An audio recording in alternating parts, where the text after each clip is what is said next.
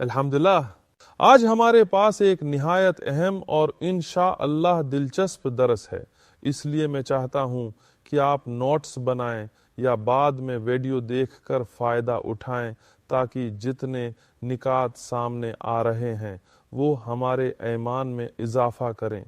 ہم رسول اللہ صلی اللہ علیہ وسلم سے پہلے کے دور کی بات کر رہے تھے، خصوصاً قصی ابن کلاب اور اس نے دار الندوہ کیسے تعمیر کیا۔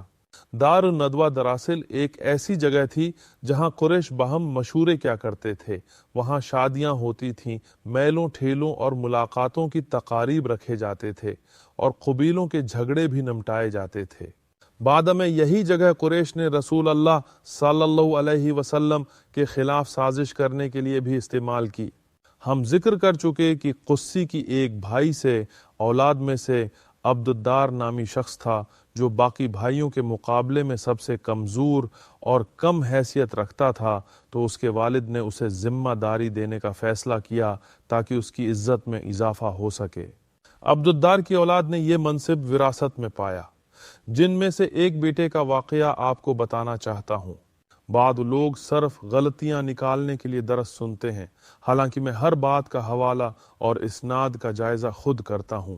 اس واقعے کا تذکرہ کتبی سیرت میں ملتا ہے اور بعض صحابہ کے بیان سے اس کی تائید ہوتی ہے، جیسے علی ابن ابی طالب نے بھی ذکر کیا ہے۔ چنانچہ اس کی اصل اچھی طرح ثابت ہے۔ ہوا یوں کہ عبد الدار کا ایک بیٹا دار الندوہ میں بیٹھا نشے میں تھا۔ شراب پینا بے عزتی کا سبب بنتا ہے، کیونکہ نشے میں آدمی الٹی سیدھی باتیں کرتا ہے۔ اسی دوران قریش کا ایک نوجوان جس کا نام حکیم ابن حزام تھا وہاں آیا۔ حکیم ابن حزام بعد میں صحابی بنے اور بہت لمبی عمر پائی۔ اس وقت تو اسلام آیا بھی نہیں تھا، کیونکہ رسول اللہ صلی اللہ علیہ وسلم ابھی پیدا بھی نہ ہوئے تھے۔ حکیم ابن حزام نہایت ہوشیار شخص تھے۔ انہوں نے دیکھا کہ عبد الدار کا بیٹا نشے میں ہے، تو انہوں نے کہا، تم نے دار الندوہ وراثت میں پایا ہے، کیوں نہ مجھے بیچ دو۔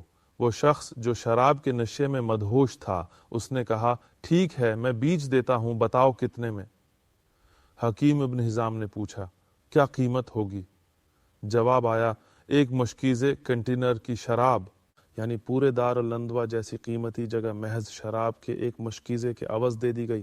یہ ایک ایسی چیز تھی جو بہت زیادہ قیمتی تھی، عزت دار تھی اور ایک بڑی شاندار جگہ تھی۔ اور آگے چل کر آپ دیکھیں گے کہ حکیم بن حزام بعد میں اسے 1,00,000 درہم میں بیچ دیتے ہیں۔ 1,00,000 درہم، لیکن وہ اسے کس چیز کے بدلے بیچ رہے ہیں؟ شراب کے ایک مٹکے کے بدلے۔ سبحان اللہ، یہ اللہ کی حکمت دیکھیں۔ بعض لوگ جنہیں ہم دعوت دیتے ہیں کہتے ہیں، ہاں میں اسلام قبول کرنے کے لیے تیار ہوں، لیکن میں شراب نہیں چھوڑ سکتا، یا میں یہ کام نہیں چھوڑ سکتا، یا مسلمان تھوڑی سی شراب کیوں نہیں پی سکتے؟ دیکھو، اللہ تم سے بہتر جانتا ہے۔ جب تمہیں یقین ہو کہ ایک رب ہے جس نے تمہیں پیدا کیا، تو جو کچھ اس نے تمہارے لیے حلال اور حرام کیا وہی تمہارے لیے بہترین ہے۔ تمہاری عقل سے بڑھ کر اللہ کی حکمت ہے۔ ہمیں اس پر بحث کرنے کی ضرورت نہیں کہ داڑھی کیوں رکھی جائے، کیونکہ اللہ کے رسول صلی اللہ علیہ وسلم نے حکم دیا ہے۔ حجاب کیوں ضروری ہے؟ کیونکہ اللہ نے اسے فرض کیا ہے۔ بس بات ختم۔ تم بہتر جانتے ہو یا اللہ؟ یہی حکمت یہاں بھی نظر آتی ہے۔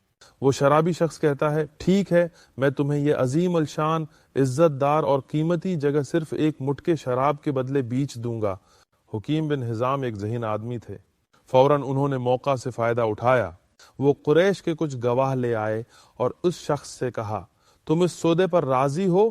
ہاں میں تمہیں ایک مٹکا شراب دوں گا اور تم یہ جگہ مجھے دے دو گے۔ شرابی نے کہا، ہاں۔ تو حکیم بن حزام نے شراب کا مٹکا دیا اور گواہوں کی موجودگی میں معاملہ طے کر لیا۔ جب وہ ہوش میں آیا تو کہنے لگا، ارے ارے یہ کیا ہوا؟ لیکن حکیم بن حزام نے کہا، میرے پاس گواہ موجود ہیں، معاملہ طے ہو چکا ہے۔ اب دار الندوہ کی ملکیت حکیم بن حزام کے پاس تھی۔ قریش ابھی بھی اس جگہ کو استعمال کرتے رہے اور حکیم بن حزام نے ان کو اجازت دی، مگر وہ اس جگہ کے مالک بن چکے تھے۔ اب آگے تاریخ میں ہم تھوڑا اور آگے جائیں گے تاکہ دار الندوہ کا انجام معلوم ہو۔ معاویہ کے دور خلافت میں حکیم بن حزام بہت بوڑھے ہو چکے تھے اور بعد میں اسی دور میں ان کا انتقال بھی ہو گیا، لیکن اس سے پہلے انہوں نے دار الندوہ کو ایک عام شخص کے ہاتھ بیچ دیا۔ اس شخص نے 1,00,000 درہم میں یہ جگہ خرید لی اور اسے اپنے ذاتی گھر میں بدل دیا۔ اب یہ مشورے کی جگہ نہیں رہی۔ معاویہ نے جب یہ سنا تو حکیم بن حزام کو بلایا، اور چونکہ وہ صحابی تھے اس لیے احترام سے بات کی، لیکن انہوں نے سوال کیا، یہ تم نے کیا کر دیا؟ تم نے قریش کی عزت دار جگہ کو بیچ دیا۔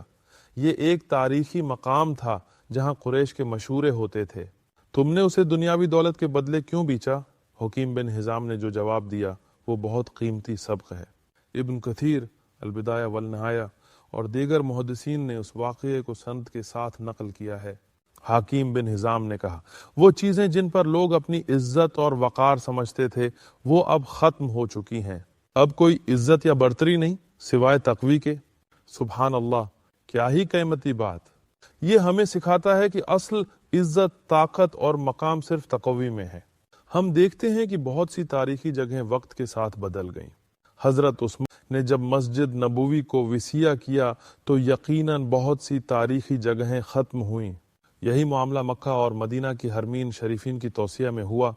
بہت سے صحابہ کے مکانات گرائے گئے تاکہ حرم میں توسیع ہو سکے، لیکن آج لوگ شکایت کرتے ہیں، کہتے ہیں ارے سلمان فارسی گھر گرایا گیا، فلاں صحابی کا مقام گرایا گیا، لیکن وہ یہ نہیں سمجھتے کہ اگر یہ جگہیں باقی رکھی جاتے تو حج اور عمرہ کرنے والوں کو شدید مشکلات پیش آتی۔ یہ سب کچھ ہماری سہولت کے لیے کیا گیا۔ ہاں، مکہ، مدینہ اور مسجد اقصی جیسے مقامات مقدس ہیں کیونکہ یہ عبادت سے جڑے ہوئے ہیں، لیکن دوسری جگہیں جو صرف تاریخی اہمیت رکھتی ہیں وہ عبادت کا حصہ نہیں بنتے۔ تو یہ بہت بڑا سبق ہے۔ عزت، دولت، طاقت سب ختم ہو جاتی ہے، لیکن اصل کامیابی تقوی میں ہے۔ یہاں حکیم بن حزام نے ایک بہت خوبصورت سبق سکھایا، لیکن پھر انہوں نے کیا کیا؟ انہوں نے وہ 1,00,000 درہم لے کر سب کچھ اللہ کی راہ میں دے دیا۔ انہوں نے وہ ساری رقم اللہ کے راستے میں دے دی تاکہ لوگ اسے جہاد اور دیگر اسلامی ضروریات کے لیے استعمال کریں۔ انہوں نے معاویہ سے کہا، میں نے یہ اپنے لیے نہیں بیچا بلکہ میں نے یہ اس لیے فروخت کیا کیونکہ میں نے سمجھ لیا کہ حقیقی تقوی یہ ہے کہ اس کو اللہ کی راہ میں دے دیا جائے تاکہ اس سے دین کی خدمت ہو۔ یہی اصل نیکی ہے، نہ کہ یہ فخر کرنا کہ میرے پاس وہ جگہ ہے جہاں قریش کے سردار جمع ہوتے تھے۔ وہ تمام جھوٹی عزت و وقار کی باتیں اب ختم ہو چکی۔ اب قصی، جیسا کہ ہم نے ذکر کیا، اپنے وقت میں سب سے زیادہ عزت دار شخص تھے، اگرچہ وہ باضابطہ طور پر قریش کے سربراہ نہیں بنے، لیکن وہ اپنی عزت و شرف میں سب سے بڑھ کر تھے۔ ان کے بعد ان کے بیٹے عبد مناف تھے، جن کا ذکر ہم نے پچھلے درس میں کیا۔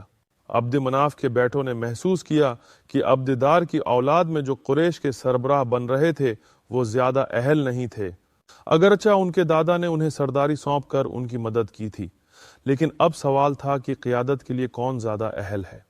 عبد مناف اور ان کے بیٹوں نے مل کر عبددار کے بیٹوں سے قیادت کے معاملے پر اختلاف کیا اور نوبت ہتھیار اٹھانے تک پہنچ گئی۔ عرب اس زمانے میں بہت جلد لڑائی کے لیے تیار ہو جاتے تھے، خون بہانے میں ذرا بھی دیر نہیں کرتے تھے، لیکن قریش کے بڑوں نے معاملے میں مداخلت کی اور کہا کہ خون بہانے کا کیا فائدہ، یہ بہت احمقانہ بات ہے۔ آج بھی ہم دیکھتے ہیں کہ مسلم ممالک میں زمین، جائیداد، پانی کے مسائل پر مسلمان ایک دوسرے کا خون بہا رہے ہیں۔ سبحان اللہ، ہم اپنی ہی امت کے افراد کا خون بہاتے ہیں اور یہ بہت بھیانک بات ہے۔ اسلام میں معصوم جانوں کی حفاظت کا حکم دیا گیا ہے، حتیٰ کہ اگر کوئی غیر مسلم اسلامی ریاست میں بطور ذمہ ہو تو اس کی جان بھی بغیر کسی شرعی جواز کے نہیں لی جا سکتی، اور خاص طور پر ایک مسلمان کا خون۔ رسول اللہ علیہ وسلم نے فرمایا کہ ایک مسلمان کی جان کا تقدس خانہ کعبہ سے بھی زیادہ ہے، لیکن آج ہم دیکھتے ہیں کہ بعض گروہ مسلمانوں کے خون کو بہانے میں جلدی کرتے ہیں، اپنے سیاسی مفادات کے لیے معصوم مسلمانوں کے قتل کو جائز قرار دیتے ہیں، یہاں تک کہ وہ خودکش حملوں کی حمایت کرتے ہیں جن میں بے گناہ لوگ زیادہ تر نشانہ بنتے ہیں، جبکہ اسلامی شریعت میں جہاد کے اصول موجود ہیں۔ یہی وجہ ہے کہ ہم ان تنظیموں اور ان کے نظریات کی حمایت نہیں کرتے جو شریعت کے اصولوں کو توڑتے ہیں۔ الحمدللہ ہمارے پاس وہ دین ہے جو اللہ نے ہمیں دیا ہے، لیکن کچھ لوگ فوراً معصوم خون کو بہانے کو جائز قرار دینے کی کوشش کرتے ہیں اور اسے کولیٹرل ڈیمیج یا ضمنی نقصان کا نام دے کر جائز قرار دینے کی کوشش کرتے ہیں، حالانکہ شریعت میں اس کی کوئی گنجائش نہیں۔ اسی لیے ہم بھائیوں کو نصیحت کرتے ہیں کہ پہلے علم حاصل کرو، کسی گروہ یا تنظیم کے بارے میں بغیر علم کے بات مت کرو، پہلے علم حاصل کرو، پھر سمجھو، اور جب مکمل فہم آ جائے تو مزید تحقیق کرو تاکہ یقین ہو جائے کہ جو سمجھا وہ درست ہے۔ صرف فیس بک پر اکاؤنٹ بنانے سے کوئی مفتی نہیں بن جاتا۔ قریش کے سرداروں نے معاملات کو سنبھالا اور دونوں فریقین کو سمجھایا کہ آپ اپنی ہی قوم کے درمیان خون کیوں بہا رہے ہو۔ چنانچہ سب نے بیٹھ کر ایک معاہدہ کر لیا۔ عبد مناف کے بیٹوں کو حاجیوں کی مہمان نوازی اور کعبہ کی خدمت کی ذمہ داری سونپی گئی، جبکہ عبد دار کے بیٹے دیگر قیادت کے معاملات دیکھیں گے۔ عربوں کے لیے اصل چیز حاجیوں کی خدمت تھی۔ انہیں در حقیقت قیادت کی عزت نہیں چاہیے تھی، بلکہ وہ اس بات کے خواہش مند تھے کہ حاجیوں کی مہمان نوازی کریں، اور یہی ان کو نصیب ہوا، الحمدللہ۔ عبد مناف، جیسا کہ ہم نے ذکر کیا، ان کے کئی بیٹے تھے اور ان کی تفصیل ہم نے پچھلے درس میں بیان کی تھی۔ آج کے سبق میں ہم اسی تسلسل کو آگے بڑھائیں گے، اور ان میں سے ایک ہاشم تھے۔ ان کا اصل نام عمرو تھا، لیکن وہ ہاشم کے نام سے مشہور ہو گئے کیونکہ وہ روٹی توڑ کر حاجیوں کے لیے کھانے کا انتظام کرتے تھے۔ یہ ان کی سخاوت کی علامت تھی اور اسی وجہ سے وہ مشہور ہوئے۔ ہم نے ان کی سلمی سے شادی کے بارے میں بات کی جو مدینہ کے معزز لوگوں میں سے تھیں، اور کیسے وہ غزہ میں وفات پا گئے جبکہ وہ شام کے تجارتی سفر پر تھے۔ قریش کے لوگ تاجر تھے، وہ تجارت کے لیے سفر کرتے تھے، اور ہاشم وہ شخص تھے جنہوں نے قریش کے لیے بڑے تجارتی راستے قائم کیے، بشمول سردیوں میں یمن اور گرمیوں میں شام کے سالانہ تجارتی سفر جس کا ذکر قرآن میں بھی آیا ہے۔ جب ان کا انتقال ہوا تو ان کا بیٹا شیبہ اپنی والدہ سلمی کے ساتھ مدینہ میں رہا، کیونکہ ان کے والد نے انہیں لینے کے لیے واپس سفر نہیں کیا، لیکن ان کے چچا عبد المطلب، جیسا کہ ہم پہلے ذکر کر چکے ہیں، مدینہ گئے اور انہیں واپس مکہ لے آئے۔ جب عبد المطلب نے شیبہ کو اونٹ پر بٹھایا اور مکہ لائے تو مکہ کے لوگوں نے انہیں دیکھا اور کہنا شروع کر دیا کہ عبد المطلب اپنے لیے ایک غلام لے آئے ہیں۔ المطلب اصل میں ان کے چچا تھے جو ہاشم کے بھائی تھے، جبکہ عبد المطلب در حقیقت نبی کریم صلی اللہ علیہ وسلم کے دادا تھے۔ حالانکہ شیبہ ان کا اصل نام تھا، لیکن وہ عبد المطلب کے نام سے مشہور ہو گئے، جیسا کہ تاریخ کی کتابوں میں درج ہے۔ ہم پہلے ہی ابرہہ اور کعبہ کی معجزانہ حفاظت کے واقعے پر تفصیل سے بات کر چکے ہیں، لیکن عبد المطلب کی زندگی کا ایک اور بہت اہم واقعہ ہے جس پر آج ہم بات کریں گے۔ شیخ الموصلی العظمی نے اس پر ایک بہترین کتاب لکھی ہے، اگر آپ کو ملے تو ضرور پڑھیں۔ وہ اس واقعے پر تفصیلی تحقیق اور دلچسپ تفصیلات پیش کرتے ہیں۔ وہ اسے عبد المطلب کی زندگی کے دو اہم ترین واقعات میں سے ایک قرار دیتے ہیں۔ زمزم کے کنویں کی دریافتاب کیا ہوا؟ عبد المطلب، جو ہاشم کے بیٹے اور المطلب کے بھتیجے تھے، قریش کی قیادت کے وارث بن گئے، اور جو ابرہہ کے ساتھ واقعہ پیش آیا، اس کے بعد اللہ نے انہیں جو عزت دی اس کی وجہ سے وہ ایک اور بھی مضبوط لیڈر بن گئے، حالانکہ وہ اس وقت مشرک تھے۔ آج کچھ لوگ غلو، انتہا پسندی کرتے ہیں اور یہ دعویٰ کرتے ہیں کہ نبی صلی اللہ علیہ وسلم کے تمام اجداد توحید پر تھے، لیکن یہ صحیح احادیث کے خلاف ہے۔ ہم آج اس پر تفصیل سے بات کریں گے۔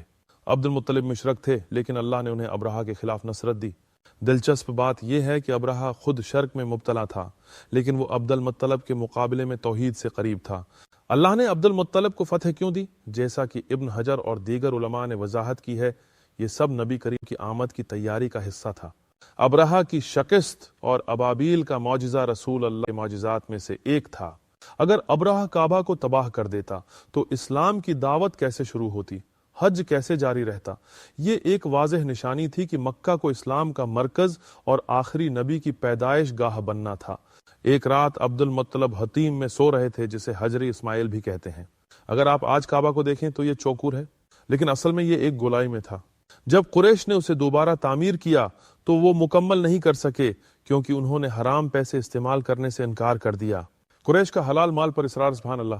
غور کریں کہ قریش مشرک ہونے کے باوجود انہیں ابراہیم اور اسماعیل کی تعلیمات کا کچھ حصہ یاد تھا کہ بیت اللہ کو حرام کمائی سے نہیں بنایا جا سکتا۔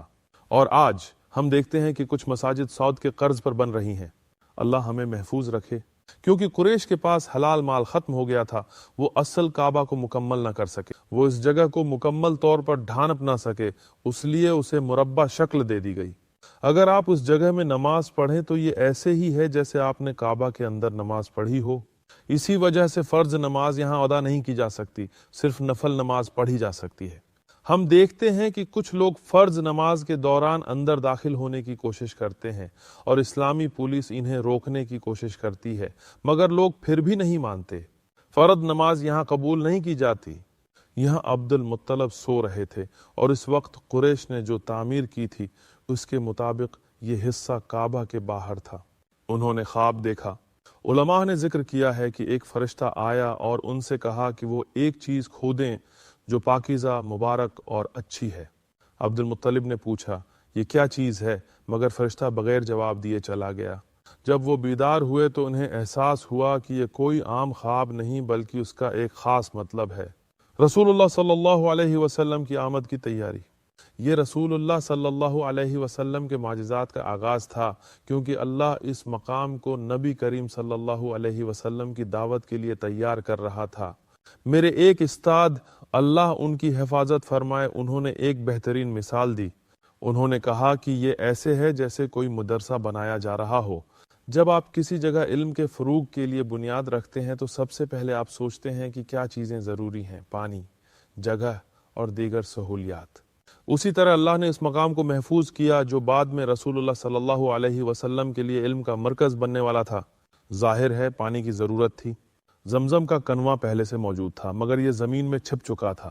ہم پہلے ہی ذکر کر چکے ہیں کہ خزاع اور جرہم کے درمیان جنگیں ہوئیں۔ جب جرہم کو شکست ہوئی تو انہوں نے زمزم کو چھپا دیا۔ اس وقت اہل مکہ کو معلوم نہیں تھا کہ زمزم کہاں ہے۔ زمزم کا پانی کیوں کھودا گیا؟ جب انہیں پانی کی ضرورت ہوتی تو وہ مکہ سے باہر جا کر چھوٹے کنویں کھودتے، مگر وہ جلد خشک ہو جاتے۔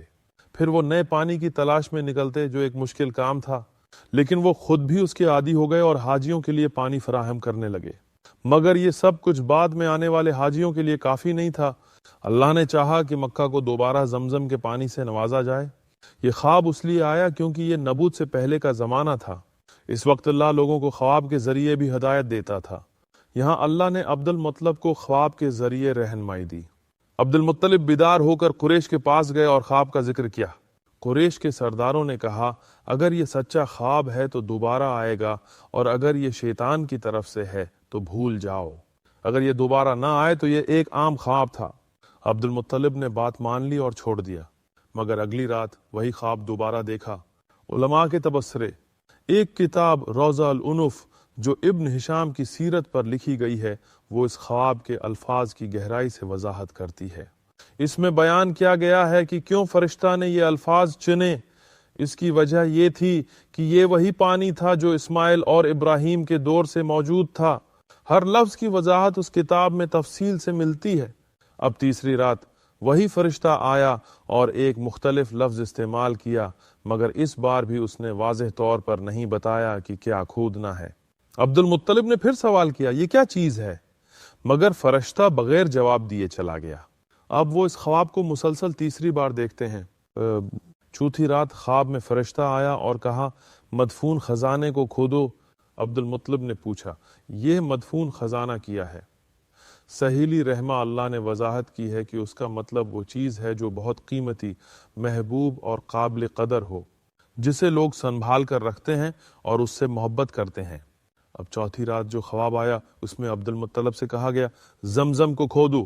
اب بہت عرصہ گزر چکا تھا، لوگ بھول چکے تھے کہ زمزم کیا ہے۔ عبد المطلب نے پوچھا زمزم کیا ہے؟ تو فرشتے نے کہا یہ وہ پانی ہے جو کبھی خراب نہیں ہوتا، جو کبھی ختم نہیں ہوتا، جو ہمیشہ وافر مقدار میں موجود رہتا ہے، جو ہمیشہ پاک ہوتا ہے۔ یہ ان جگہوں کے درمیان ہے جہاں چیونٹیاں ہوتی ہیں اور جہاں کوے اپنی چونچ مارتے ہیں۔ زمزم کی فضیلت۔ یہاں ہم زمزم کے فضائل کو سمجھتے ہیں جو نبی کریم صلی اللہ علیہ وسلم کے معجزات میں سے ایک ہے۔ صحیح مسلم کی حدیث میں ہے کہ رسول اللہ صلی اللہ علیہ وسلم نے فرمایا یہ مبارک پانی ہے، یہ بھوک مٹانے والی غذا ہے۔ ابو داؤد الطیالسی نے اس میں اضافہ کیا کہ یہ بیماریوں کے لیے شفا ہے۔ یہ روایت اپنی اصل میں صحیح مسلم میں موجود ہے اور اس کی کوئی شک نہیں کہ یہ مستند ہے۔ مزید روایات ہمیں یہ بتاتی ہیں کہ یہ زمزم کا پانی جس نیت سے پیا جائے اس کے مطابق فائدہ دیتا ہے۔ بعض لوگ گوگل پر کچھ تلاش کر کے کہیں گے یہ روایت ضعیف ہے، لیکن حقیقت میں اس روایت کو کئی جید علماء نے حسن قرار دیا ہے، جیسے کہ ابن مفلح، ابن حجر زرخشی، ابن القیم، سیوطی، شیخ ابن عثیمین۔ یہ روایت بالکل معتبر ہے، اس لیے اسے مکمل یقین کے ساتھ قبول کیا جائے۔ زمزم کے معجزات۔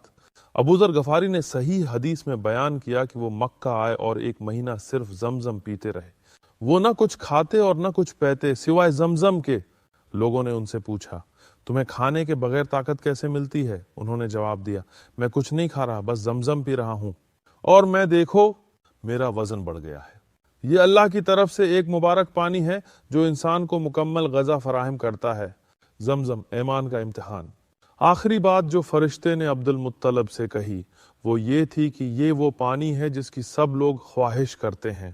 رسول اللہ صلی اللہ علیہ وسلم کی حدیث میں آتا ہے ہمارے اور منافقوں کے درمیان ایک نشانی ہے زمزم کا شوق۔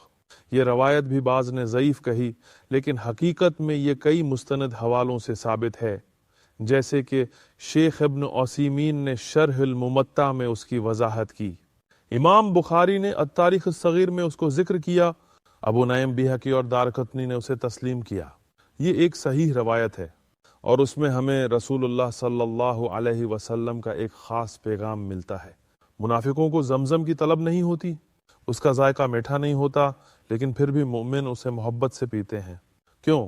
کیونکہ یہ پانی برکت والا ہے، کیونکہ رسول اللہ صلی اللہ علیہ وسلم نے اس کو پسند فرمایا، کیونکہ یہ اسماعیل کے معجزے کی علامت ہے، کیونکہ یہ نبی کریم صلی اللہ علیہ وسلم کے معجزات میں سے ہے۔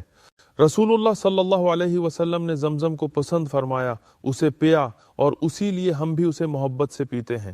یہی وجہ ہے کہ ایک مومن کو زمزم سے محبت ہوتی ہے، جبکہ ایک منافق اگر حج اور عمرہ پر بھی جائے تب بھی کہتا ہے ہاں بس ٹھیک ہی ہے۔ یہی وجہ ہے کہ ایک مومن زمزم کو شوق سے پیتا ہے، اور یہی وہ نشانی ہے جو نبی کریم صلی اللہ علیہ وسلم نے منافقین کے بارے میں بتائی۔ کچھ لوگ سوال کرتے ہیں کہ زمزم میں کیا خاص بات ہے؟ یاد رکھیں، زمزم خاص ہے کیونکہ اللہ نے اسے خاص بنایا ہے، یہی اصل حقیقت ہے۔ البتہ کچھ سائنسی تحقیقات بھی موجود ہیں جو دلچسپ ہیں، لیکن یہ اصل وجہ نہیں ہے کہ زمزم کیوں خاص ہے۔ امریکہ کے ایک سرکاری ادارے NCBI national centre for bio technology information میں ایک سائنسی تحقیق شائع ہوئی۔ یہ تحقیق ڈاکٹر ہانی صلاح، ڈاکٹر رحاب طلحاوی اور ڈاکٹر سلیمان عامر نے کی، جس میں باقاعدہ سائنسی تجربات سے ثابت ہوا کہ زمزم میں کسی قسم کے جراثیم پیدا نہیں ہوتے۔ یہ وہی چیز ہے جو عبد المطلب کے خواب میں بتائی گئی تھی۔ علی بن ابی طالب نے بھی اسے بیان کیا۔ یہ تحقیق اس بات کو ثابت کرتی ہے کہ زمزم خراب نہیں ہوتا۔ جعلی زمزم سے ہوشیار رہیں۔ سعودی حکومت زمزم کو تجارتی مقصد کے لیے برآمد کرنے کی اجازت نہیں دیتی۔ بازاروں میں چھوٹی بوتلوں میں فروخت ہونے والا زمزم اکثر جعلی ہوتا ہے۔ اگر اصلی زمزم نہ ہو تو لوگ اسے پرانی بوتلوں میں رکھ کر بیچ دیتے ہیں، جس سے بیمار ہونے کا خطرہ ہوتا ہے۔ اصل زمزم وہی ہے جو مقام حرم شریف سے براہ راست لیا جائے۔ لہٰذا اگر آپ کو حج یا عمرہ کی سعادت ملے تو خود زمزم پئیں اور زیادہ سے زیادہ اس سے فائدہ اٹھائیں۔ کچھ عظیم ہستیوں کی زمزم کے ساتھ نیت۔ امام سیوطی رحمہ اللہ نے زمزم پیتے وقت دعا کی، اے اللہ میرے لیے اسلام کے علوم کو کھول دے۔ عبداللہ ابن مبارک رحمہ اللہ نے زمزم پیتے وقت دعا کی، اے اللہ مجھے قیامت کے دن کی سختیوں سے بچا۔ ابن عباس نے زمزم پیا اور دعا کی، اے اللہ مجھے نفع بخش علم عطا فرما۔ لیکن یاد رکھیں، زمزم دعا کے ساتھ مذاق کرنے کے لیے نہیں۔ کوئی یہ دعا نہ کرے، اے اللہ مجھے اڑنے کی طاقت دے۔ جو بھی دعا کریں وہ ایسی ہو جو حقیقت میں فائدہ مند ہو۔ عبد المطلب کا خواب اور زمزم کا مقام۔ فرشتے نے عبد المطلب کو خواب میں بتایا زمزم وہاں موجود ہے جہاں چیونٹیاں پائی جاتی ہیں اور جہاں کوا اپنی چونچ مارتا ہے۔ ایک روایت میں آیا ہے کہ وہ جگہ جہاں جانور ذبح کیا جاتا ہے اور خون بہتا ہے۔ اس وقت قریش بتوں کے نام پر جانور ذبح کرتے تھے، جو سراسر شرک تھا۔ بدقسمتی سے آج بھی امت میں ایسا ہوتا ہے۔ لوگ کہتے ہیں کہ میں یہ کالا بکرا فلاں بابا کے نام پر ذبح کر رہا ہوں۔ یہ وہی شرک ہے جو قریش کرتے تھے۔ یہ عمل کسی ولی، بزرگ یا بابا کے نام پر کیا جائے تو یہ بھی شرک ہے۔ اللہ کے علاوہ کسی اور کے لیے جانور ذبح کرنا شرک اکبر ہے اور اسلام سے خارج کر دیتا ہے۔ اگر کوئی قربانی کرنی ہو تو اللہ کی رضا کے لیے کریں، کسی اور کے لیے نہیں۔ مشرکین جانوروں کی قربانی کرتے تھے۔ عبد المطلب نے خواب میں دیکھا کہ جہاں وہ جانوروں کی قربانی دیتے ہیں اور جہاں خون بہتا ہے وہیں زمزم کا کنواں موجود ہے۔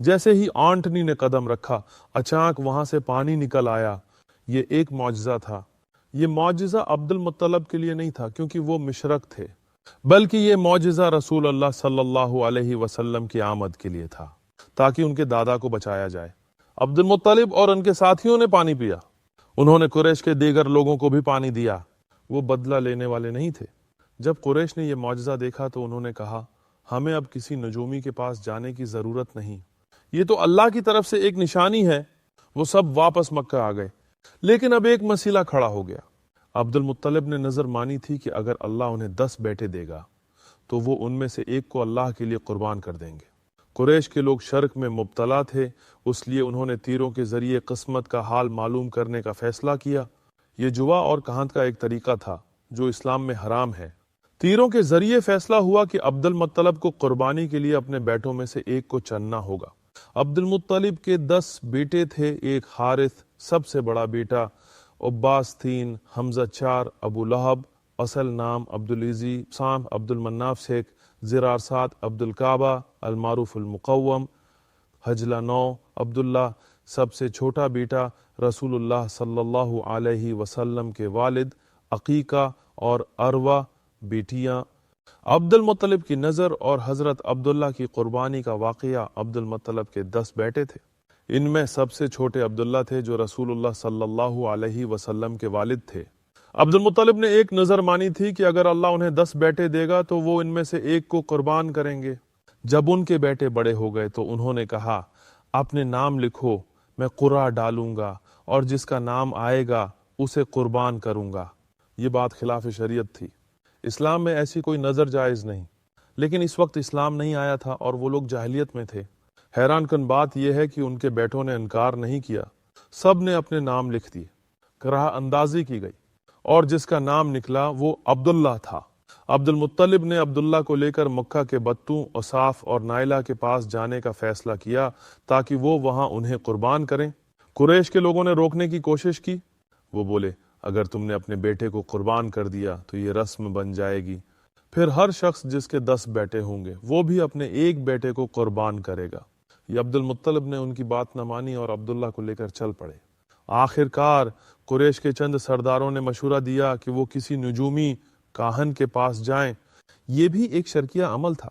ہمیں ہمیشہ علماء کے پاس جانا چاہیے جو قرآن اور صحیح احادیث کی روشنی میں رہنمائی دیں۔ کاہن مدینہ میں تھا۔ جب وہ وہاں پہنچے تو کسی نے کہا وہ خیبر گیا ہوا ہے۔ خیبر گئے، وہاں کاہن نے کہا میرے جن آج نہیں ہیں، کل آنا۔ یہ ثابت کرتا ہے کہ وہ لوگ واقعی جنات سے مدد لیتے تھے۔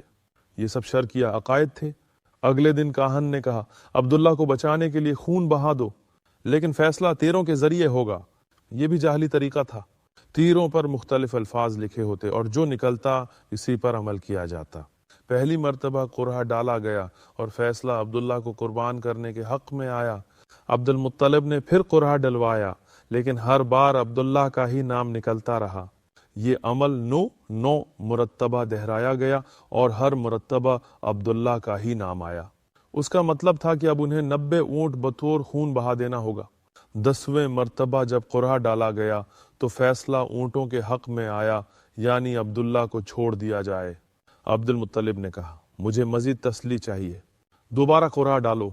مزید 3 بار قرعہ ڈالا گیا اور ہر مرتبہ اونٹوں کا ہی نام نکلا۔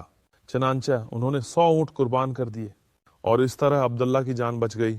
یہ وہی 100 اونٹ تھے جو بعد میں اسلام میں دیت، خون بہا کی مقدار بنی۔